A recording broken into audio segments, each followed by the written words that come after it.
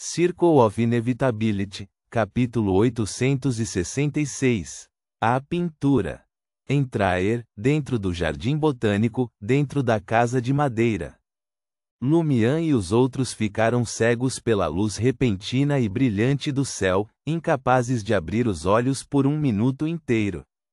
Ludwig foi o primeiro a se recuperar. Ele correu até a janela e olhou para as plantas, como se estivesse procurando por algo. Lumian foi o segundo a se recuperar.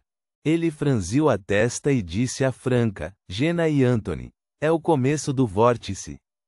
É uma grande comoção. Eu me pergunto se isso vai nos afetar, disse Franca no momento em que uma forte sensação de perigo a invadiu. Em tais assuntos, as demônias sempre tiveram uma intuição aguçada. Quase simultaneamente, Jenna exclamou: isso definitivamente nos afetará. Tenho a sensação de que não podemos mais ficar aqui. Lumian parou por um momento e então sussurrou rapidamente: Termiboros, você não me avisou porque o que está prestes a acontecer é algo que você quer ver. Enquanto falava, Lumian sinalizou para Franca, Jenna, Anthony e Lugano se aproximarem. Cada um deles agarrou seu braço, ombro e colete. O único que não teve o entendimento tácito foi Ludwig. Lumian olhou para o garoto e disse severamente: você quer ser punido com dever de casa? Venha aqui. O rosto de Ludwig mostrou medo, e ele instintivamente virou o corpo. Mas no segundo seguinte, ele relutantemente olhou de volta para a janela. Ele não sabia o que estava esperando, ele apenas sentia que deveria ficar ali, esperando por algo muito importante. HMM? Lumian insistiu novamente. A expressão de Ludwig mudou, e ele finalmente não conseguiu resistir à autoridade de seu padrinho e seu medo de trabalhos escolares e exames. Ele correu até Lumian, agarrando seu colete preto. Ainda sem entendimento tácito, o ritual não pode ser considerado completo. Lumian suspirou interiormente e ativou a marca negra em seu ombro direito. Ele precisava teletransportar esse grande grupo para a nova cidade de prata, para a sede da Igreja do Tolo. Lumian viu camadas de cores densas e inúmeras figuras transparentes e estranhas, junto com as 7 luzes puras e brilhantes sempre no alto. Ele estava prestes a viajar pelo mundo espiritual familiar até as coordenadas que representavam a nova cidade de prata quando seu corpo de repente ficou pesado, afastando-o deste mundo fantástico, misterioso, louco e ilusório. Lumian se viu de volta, junto com os outros, na casa de madeira dentro do jardim botânico, no mesmo estado em que Ludwig havia acabado de pegar seu colete. Com sua vasta experiência, Lumian estreitou os olhos e avisou seus companheiros, Franca e Jenna, habitante do círculo. 1. Reticências. Do lado de fora do mausoléu do Imperador Roselle na ilha primitiva, na área em frente ao túmulo envolta em uma fina névoa branca. As 3 informações que voaram do ponto de luz onde a assistente do destino, Eloise, estava localizada, pousaram em 3 pontos de luz diferentes. Um era onde Igdon, da Ordem da Extinção Total, estava, outro parecia estar dentro de um túnel sob Traer, onde uma figura segurando uma lâmpada de carboneto, vestida com uma túnica preta e com aparência diferente daqueles dos continentes Norte e Sul, era o visitante da Ilha de Páscoa chamado Harrison. O terceiro ponto de luz mostrou primeiro a escuridão, depois esboçou uma figura. Esta figura estava na casa dos 50, com uma cabeça espessa de cabelo com um toque de branco, e olhos claros, profundos e azuis como o lago. Ele era um homem com pelos faciais bem aparados e suas feições eram bem definidas. Mesmo com sua idade, ele poderia ser considerado bonito. Voisin Sanson, habitante do Círculo dos Pecadores, Voisin Sanson.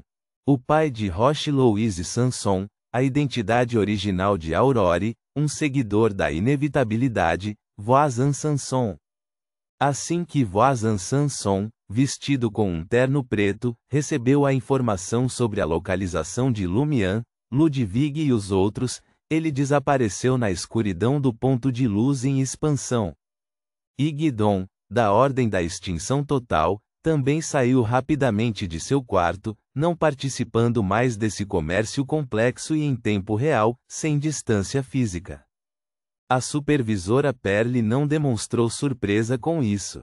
Com sua voz etérea, ela anunciou o progresso do negócio. Voisin Sanson dos Pecadores obteve informações cruciais sobre a recuperação do Anjo da Inevitabilidade. O preço correspondente será pago pelo grande círculo da inevitabilidade. O Sr. Guidon da Ordem da Extinção Total começou suas ações. A recompensa será dada após ele completar a recuperação do Anjo da Fome Primordial e fornecer alguma assistência a Voisin Sanson, paga por Locke da Reunião da Mentira. À medida que as palavras de Perle se espalhavam, e com a invocação daqueles nomes honrosos, a área ao redor da névoa branca ficava cada vez mais escura e incerta, sombras surgindo como se uma vontade aterrorizante estivesse prestes a descer. Normalmente, Perle não deveria saber ou falar de informações sobre grandes seres, pois isso traria consequências extremamente terríveis e severas. Afinal, depois de convencer a rainha misteriosa Bernadette, de tendência incerta, com eventos anteriores, ela só havia recebido uma nova bênção por meio de um sacrifício substancial, tornando-se uma verdadeira tecelã de Vórtices 2, mas ainda não alcançando o posto de anjo. No entanto, ela estava atualmente sob a proteção do ritual do vórtice e tinha acabado de aceitar um fio de névoa transmitido pela verdade de sua fé, a névoa do caos, permitindo que ela permanecesse inalterada. Sua compreensão daqueles grandes seres veio daquele fio de névoa, anteriormente contatando apenas organizações secretas correspondentes e cultos subterrâneos para chegar a acordos relativamente certos. Nesse momento, Bernadette se desintegrou em fios de informação, surgindo em direção ao rosto de Perle em meio à névoa cinzenta, em uma vasta torrente. Ela esperava influenciar a outra parte dessa maneira, impedindo que as negociações subsequentes progredissem, mas sem destruir o ritual atual. O rosto de Perle, composto de névoa, de repente se dispersou, desaparecendo da percepção de Bernadette. A vasta torrente de informações surgiu, aparentemente perdida na névoa branca, incapaz de encontrar a verdadeira localização do alvo. Logo, a torrente de informações se separou da névoa branca e reformou o corpo de Bernadette. O rosto de Perle então reapareceu em diferentes partes da névoa branca, às vezes sorrindo, às vezes xingando, às vezes fingindo ser amigável, às vezes balbuciando. Esses rostos convergiram para dentro, formando novamente o rosto de Perle, às vezes distorcido, às vezes normal e borrado, nas profundezas da névoa branca. Perle continuou falando com as palavras de ordem. Harrison da Ilha de Páscoa recebeu informações sobre a localização de Lumian Li.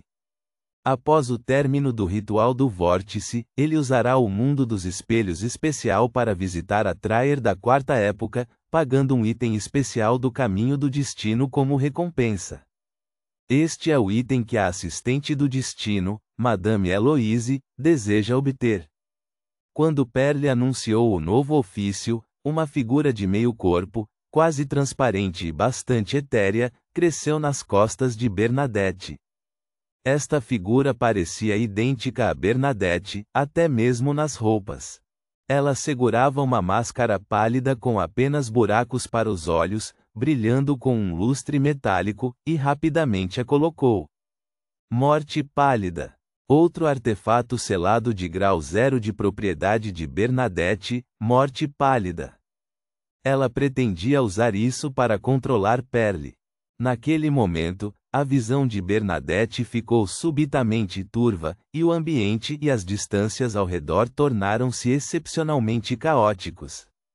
Ela foi passivamente mudada de posição, ouvindo uma voz profunda e incomumente familiar em seu ouvido. Bernadette. Reticências. Do lado de fora do mausoléu do Imperador Negro, dentro da névoa branca cada vez mais densa e variada. Em um local subterrâneo em algum lugar de Traer, dentro de seu ponto de luz correspondente, Harrison pegou um item. Era uma caixa colorida, do tamanho de um polegar, com uma textura semelhante à de vidro, exalando uma aura calmante. Harrison então jogou a caixa na névoa branca ao redor. Sob o olhar da supervisora Pearlie, a caixa passou pelo ponto de luz correspondente a Harrison, através da densa névoa branca, e entrou no ponto de luz onde estava a fundadora dos Perseguidores de Sonhos, Eloise. A delicada mulher que tece o destino pegou a caixa colorida, parecida com vidro, com a outra mão direita. Seus olhos bem fechados de repente viram uma cena. Um homem careca em um manto amarelo com uma capa estranha estava sentado de pernas cruzadas em uma cama, um halo de luz pura atrás de sua cabeça. Lá no fundo, o halo parecia levar ao desconhecido, escondendo muitas coisas. Eloise largou a caixa, puxou outra mecha de cabelo e completou a última parte de sua tarefa. Foi uma bênção do destino. O projeto Vórtice será concluído com sucesso. O cabelo preto de Eloise carregava essa mensagem, entrelaçada aos fios anteriores. Com um movimento rápido, um grande pedaço de pele na metade direita do rosto de Eloise foi arrancado por uma força invisível, revelando a carne ensanguentada e contorcida por baixo. Ela ainda não havia se tornado um anjo e normalmente não poderia tecer um destino tão abrangente. Ela só poderia completá-lo à força com a estátua da deusa, mas cada tecelagem trouxe danos severos. Seus olhos ficaram cegos no processo, e seus pés, pernas, braço esquerdo e dedos também foram quebrados. Claro, desde que ela não morresse no local, poderia obter medicamentos especiais para tratamento por meio de transações com corretores. O rosto da supervisora Pearlie na névoa branca desviou seu olhar para outro ponto de luz. Este ponto de luz mostrou a cena de um altar dentro de um antigo castelo, cercado por corpos intactos, mas sem vida, cuja carne e ossos foram transformados em pincéis e tintas. Um homem de cabelos longos, olhos vazios e uma expressão frenética havia completado os preparativos preliminares no centro do altar. Era uma pintura a óleo quase concluída, assustadora, a apenas 2 pinceladas de ficar pronta. A pintura retratava um céu estrelado escuro e infinito com círculos vermelhos sangue à esquerda, lembrando um túnel especial ou a boca de uma criatura. À direita, numerosos pontos branco-prateados e pretos tremeluziam do pó de osso, quase formando um anel. A voz da supervisora Pearlie ressoou. O crente nas cordas, Senhor Sage da Associação de Fantasia, sacrificou muitas dádivas e seguidores e está prestes a completar uma pintura magnífica e extraordinária. A seguir, testemunharemos a revelação daquela pintura. A recompensa do Senhor Sage será dada pessoalmente pela grande névoa do caos no final do ritual do vórtice, que é também o que o grande ser em que ele acredita quer ver. Notas: 1. Sec 4 do dançarino. 2. Sec 3 do corretor. Ponto.